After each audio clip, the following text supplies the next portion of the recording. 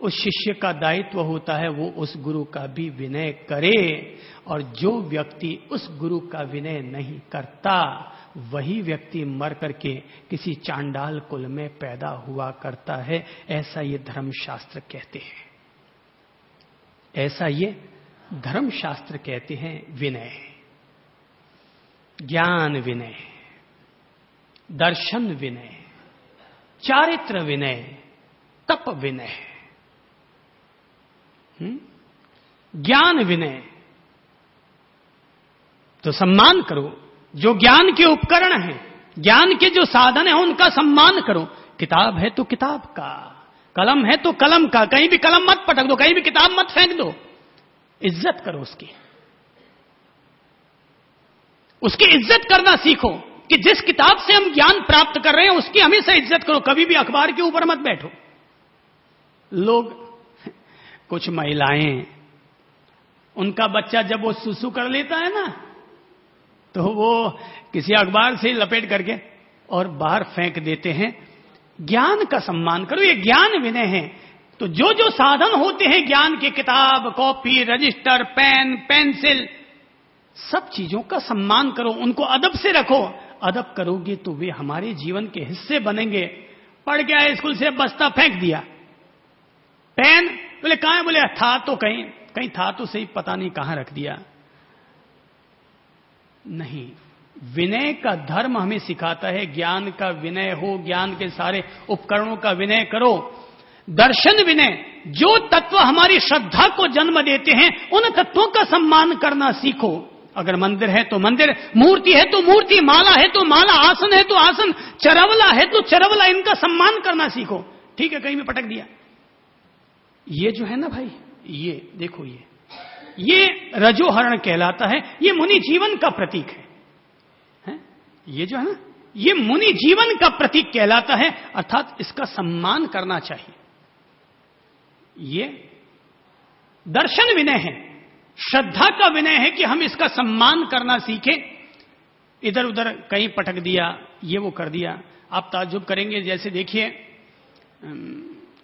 ये जो ओगा कहलाता है, मुझे सन्यास में आए हुए तकरीबन 30 साल हो गए होंगे। इसमें जो डंडी है ना, वो 30 साल पुरानी है। अंदर की जो डंडी है, ये लकड़ी जो अंदर में खड़ी रहती है, ये 30 साल पुरानी है। ये सम्मान की बात बता रहा हूं। विनय करो, अगर तुम इसका विनय करोगे, ये तुम्हारा विनय बनाए रखेगा, दुनिया के द्वारा विनय बनाए रखेगा। इसके भीतर जो ओगा पाठा जो कहलाता है, वो भी 30 साल पुराना है। न डंडी टूटी है, न पाठा कभी खोया है, क्योंकि इसको खोने का मतलब ये हुआ हम खुद ही खो गए। ये दर्शन विनय है। तो जो चीज तुम्हें इज्जत दिला रही है उस चीज का सम्मान करना, ये दर्शन विनय है। दूसरों के आसन के पांव नहीं लगना चाहिए, आसन के पांव नहीं लगना चाहिए, ये दर्शन विनय है। तो क्या चीज हमारी मर्यादा में आती है, उन चीजों का ध्यान रखें जो हमारे संयम के उपकरण हैं इत्यादि, ये सब चीजों का सम्मान करना सीखें। चारित्र विनय, चारित्र के जो उपकरण होते हैं उनका सम्मान करना सीखें। तप विनय, तो जिनके द्वारा हमारे जीवन में तप का आचरण होता है, उन तप के तत्वों का सम्मान करना चाहिए। विनय का मतलब ही होता है आशातना न करना और बहुमान बनाए रखना, इसी का नाम है विनय। विनय का मतलब क्या हुआ? आशातना न करना और बहुमान बनाए रखना, इसी का नाम है विनय।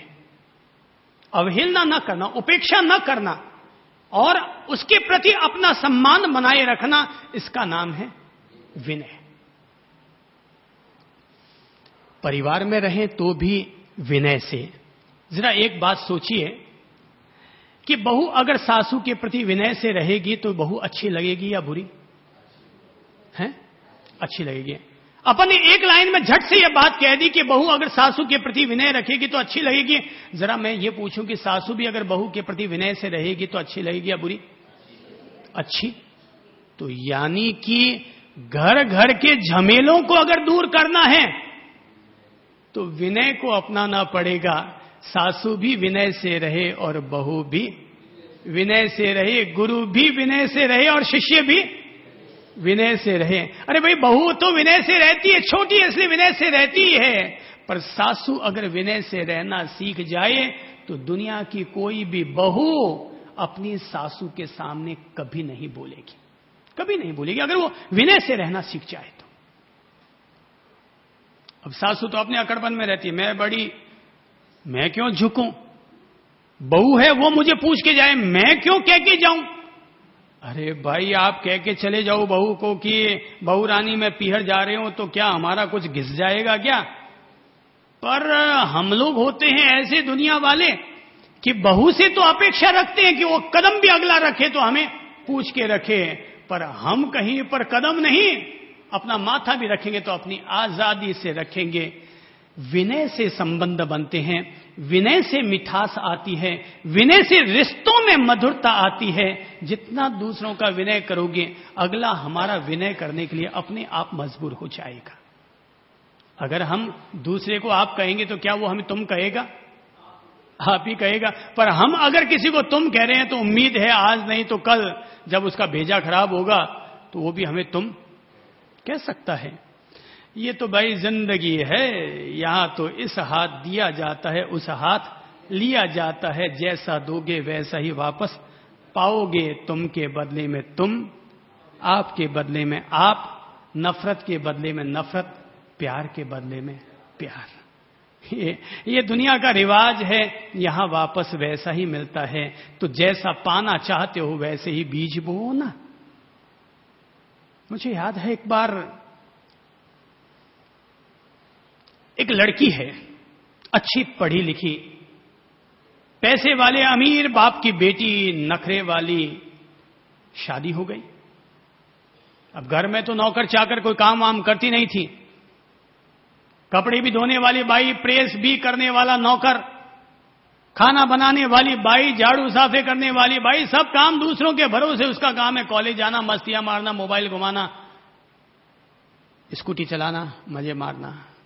तो शादी हो गई। अब शादी होने के बाद तो कई तरह के पापड़ बेलने पड़ते हैं, इसलिए अपनी बेटियों को केवल मोबाइल मत पकड़ाओ, बेलन भी पकड़ाओ ताकि रोटियां बेलनी सीख सके। केवल मोबाइल से जिंदगी नहीं चलती है, जिंदगी चलाने के लिए और भी बहुत कुछ चाहिए, और भी बहुत कुछ चाहिए। तो कहते हैं कि वो बहुरानी बनकर कहीं चली गई, सासू को काम बता दे तो काम धाम करना आता था नहीं, तो काम करती नहीं। बोले मैं क्या आपके घर की नौकरानी हूं क्या जो काम करूं? अब वो सासू बहू में अनबन, ननंद भाभी में अनबन, जेठ से भी अनबन, ससुर साहब से भी अनबन, कोई काम करे नहीं, केवल सेठानी की तरह बैठी रहे, बन ठन करके, 16 श्रृंगार सज करके, और बस मोबाइल फोन, पिक्चर, मटर गश्ती, ये वो सब। तो आखिर घर वाले तंग आ गए, यार ये कैसी बहू आ गई, छाती कूटा कहीं का। तो एक दिन उस बहुरानी के पिताजी का फोन आया कि भाई राखी करीब आ रही है, राखी करीब आ रही है, बहुरानी को भेजना है। बोले हाँ साहब, कल क्यों, आज ही ले जाइए ना। ससुर साहब ने कहा साहब आप कल क्यों, आज ही ले जाइए ना। और भाई आता है, अपनी बहन को लेकर निकलने लगता है। रास्ते में खूब बातें होती और वो बताती है कि ससुराल वाले सब ऐसे हैं वैसे हैं, सब लड़ते रहते हैं, झगड़ते रहते हैं, ये वो सब, कोई मुझे प्यार नहीं देता। घर पहुंचती है, पापा जी के पास जाती है, जाती है गले लग जाती है, रोने लगती है। बोले क्यों बेटा, क्या हुआ, तेरा ससुराल कैसा है? बोले मेरा ससुराल नरक है, नरक। बोले नरक है? अरे पता नहीं पापा जी आपने काम मुझे डाल दिया। बोले अच्छा। बोले तेरे ससुर साहब कैसे हैं? मेरे ससुर एक नंबर के छाती कूटे। बोले तेरी सासू कैसी है? बोले मेरी सासू डायन है, डायन। बोले तेरी ननद कैसी है? बोले नागण है, नागण।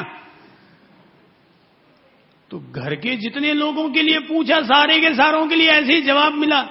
बाप ने सोचा यार घर में एक आदमी खराब होता है, 2 आदमी खराब होता है, सारे के सारे डाकण, नागण और डायन।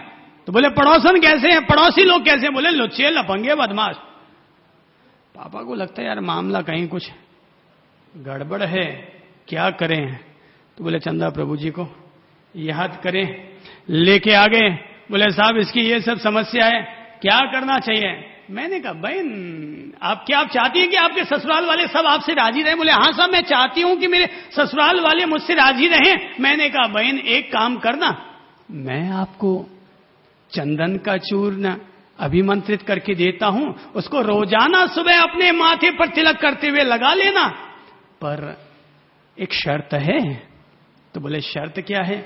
मैंने कहा भाई आज से एक काम करना, और काम ये है आज के बाद अपने ससुराल वालों का पूरा सम्मान विनय और बहुमान करना शुरू कर देना। वो कहे ऐसा, ले साहब ऐसा, अपना माथा मत लड़ाना, वो जिसमें राजी हो वैसा कर देना। और अगर वो कोई डांट लगा भी दे तो विनय धर्म को अपनाते हुए शांति से उसको सहन कर लेना। बोले ठीक है गुरुजी, बात पक्की हो गई। चली गई, घर में पहुंची, जाते ही सासू मां को विनय का पाठ सीख लिया था ना, तो जाते ही ससुराल में मम्मी जी के सासू मां के पांव छुए। सासू मां चौंकी, अरे यार आज ये क्या गजब हो गया, 6 महीने में शादी करके आई तो पांव न छुआ और आज ये घर में आते ही पांव छुआ। मम्मी जी को कहना पड़ा हाँ भाई जीवता रहो सुखी रहो। तो उसको भी लगा हाँ यार मैं झुकी तो मुझे आशीर्वाद मिला कि हाँ भाई खुश रहो। घर में चली गई कि जैसे ही आगे बढ़ी कि नीचे दिखाई न दिया, गिलास पड़ी थी कांच की और ठोकर लगी और वो फूट गई। ससुर साहब ने कहा अंधी है क्या, देखती नहीं है क्या? बोले ससुर साहब सॉरी गलती हो गई, अब दोबारा ध्यान रखूंगी। और यूं कहते हुए आगे बढ़ गई। ससुर ने सोचा यार आज इसको क्या हो गया, रोजाना तो ये 10 पलट कर जवाब देती थी, आज इसको क्या हो गया? उल्टा ये कहा सॉरी पापा जी आइंदा ध्यान रखूंगी। यार बात तो नहीं, मुझे भी अंधा नहीं कहना चाहिए था, नहीं यार मुझे भी थोड़ा तमीज से बोलना चाहिए था, मैं भी थोड़ा गुस्से में आ गया। बात धीरे धीरे सुधरने लगी। ऐसी सुधरी विनय ने, शांति ने उनके घर को इतना स्वर्ग जैसा सुकून दे डाला कि 6 महीने के बाद जब लड़की के पापा जी का फोन आया कि बिटिया को पीहर भेज दो, ससुर ने कहा नहीं साहब हम नहीं भेज सकते, अगर हमारे घर से बहू चली जाएगी तो हमारे घर का स्वर्ग सुकून खत्म हो जाएगा, हम अभी नहीं भेज पाएंगे। पिताजी ने कहा साहब भेज दीजिए, उसकी मम्मी बहुत याद करती है। बोले एक शर्त पर भेजेंगे, 30 दिन वापस हमारे घर में आ जानी चाहिए तब तो हम भेजें। बोले हाँ साहब भिजवा दूंगा। उसको भी आश्चर्य हुआ पिताजी को, यार पहले मैंने फोन किया तो बोले कल ले जाते हो तो आज ले जाओ, और आज कहते हैं कि नहीं साहब 30 दिन ही वापस घर पर पहुंचा देना, क्या बात है मामला कुछ सुधर गया है क्या? तो बहू रानी अर्थात अपनी बेटी वापस घर पर आई। आते ही पिताजी गले लगी और जैसे ही पिताजी ने पूछा बोलो बेटा तुम्हारा ससुराल कैसा है? बिटिया ने कहा पापा मेरा ससुराल अरे इतना अच्छा है कि अब मुझे किसी स्वर्ग को पाने की इच्छा भी नहीं रही है। तो बोले ससुर साहब कैसे हैं? बोले बिल्कुल पापा आप जैसे हैं, अब तो मुझे इतना प्यार करते हैं कि आपकी भी मुझे याद नहीं आती। बोले मम्मी ने तो मम्मी को भी भुला दिया, अब मुझे इतना प्यार करती कि मुझे खाना खिलाए बगैर वो खाना भी नहीं खाती, क्योंकि पहले 3 महीने तक तुमने खाना नहीं खाया था मम्मी।